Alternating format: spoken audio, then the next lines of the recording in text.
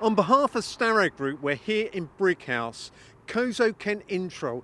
These guys produce a range of different valves for the oil and gas market. Let's take a look.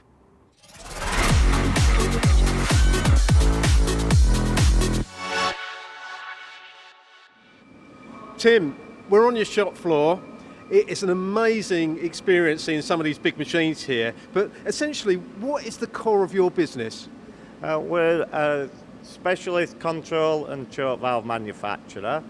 We design and manufacture all valves on site, and we specialise in engineered solutions for the oil and gas industry. Do you do any work outside of the oil and gas industry? Yes, we still do valves for the power industry, and we do valves for any valves that we've manufactured in the past. Over our 50-year history, we will still do repeat valves, and we also do spares for any valves that we've supplied in the past. Now, some of the components and valves that you've got on the shop floor here, you've got to be taking some serious metal off. Is that why you invest in the Starrag Group's products? Yes, part of supplying into the oil and gas industry is that we have got to become more effective and more efficient.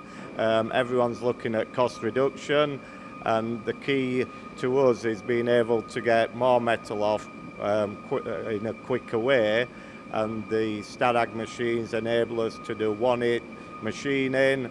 They've got milling, drilling, turning all in one machine centre, so they're key to us achieving our objectives. So the machine that we got behind us, the DST, is this a one-stop machine for you? In other words, one process? Yeah, a number of products it does that for. Some of the product is two-hit machining, but that is still an improvement on old traditional ways of machining. But our aim is to try and get all our product to be in one-hit machining. And is it driven by your customers? Yeah, price is key to that. We have got to become more competitive and reduce our costs. Lee, talking to Tim at KOSO Kentintrol, this EcoForce machine, this is pretty impressive machine for the type of valves they're doing. Why this machine though?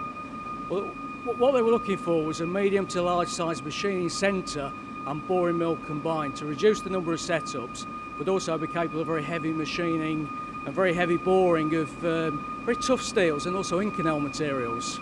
Now, this is quite unique because you've got two beds here on this machine, haven't you? Often what you see in this industry is a single pallet machine and a horizontal quill, so a fairly traditional floor borer for doing this kind of work. What we've done is integrated a pallet system so that outside the machine you can be setting up the next job or loading the next sequence whilst the machine's running. So we want to keep the spindles turning all the time. And the spindle and the tooling on this, it's got some complex angles there. How do you get around that? Well, this is quite unique because we build these machines from a modular design, so we have a number of different ways of constructing them. This has got an integral facing head you can see working in the background now. Very heavy duty product from Charman, and it's fixed to the column. We can build it as a detachable head, an automatically loaded head, but then behind the head sits the spindle group. So you've got 1.5 metre or just short of 1.5 metre stroke on this head, pot in the middle and a pot for the outside diameters, all 50 taper.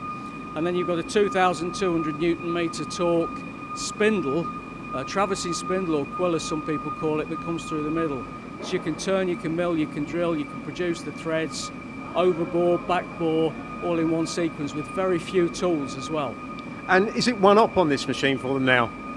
Where we can, we do a single setup. Often you'll use 4, 5, 6 different machining centres to produce these parts. So we'll load them to the machine, they'll run in sequence, the operator can walk away from the machine, everything's automatic, the tools are picked up automatically, the diameters are all set, measured, reset, recut automatically. Lee, thanks very much. Let's go and have a look at the second machine.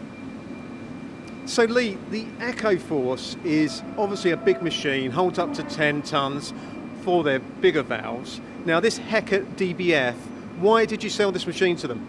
Well, DBF stands for drilling, boring, turning, so it's a multifunctional machine.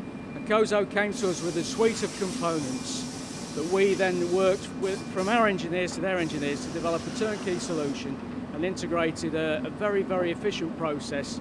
So when the machine was installed, we just ran a series of jobs back to back through the shop. So turning and milling on the end products, why do they need that? Because if you look at the shape of a component, normally these would go through 4 or 5 different sequences, different numbers of machines, different numbers of setups. We strap them to a fixture in one setup, machine the part complete, occasionally 2 setups.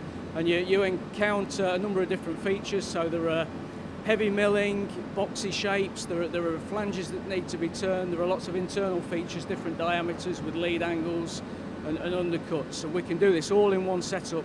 There's a U-axis on the spindle in the same way that the facing head on the Echo Force works as well. And twin pallet I see again. Twin pallet because again we want to keep the spindles turning. Productivity is through cutting metal, not through having a machine stood idle while you're loading different jobs.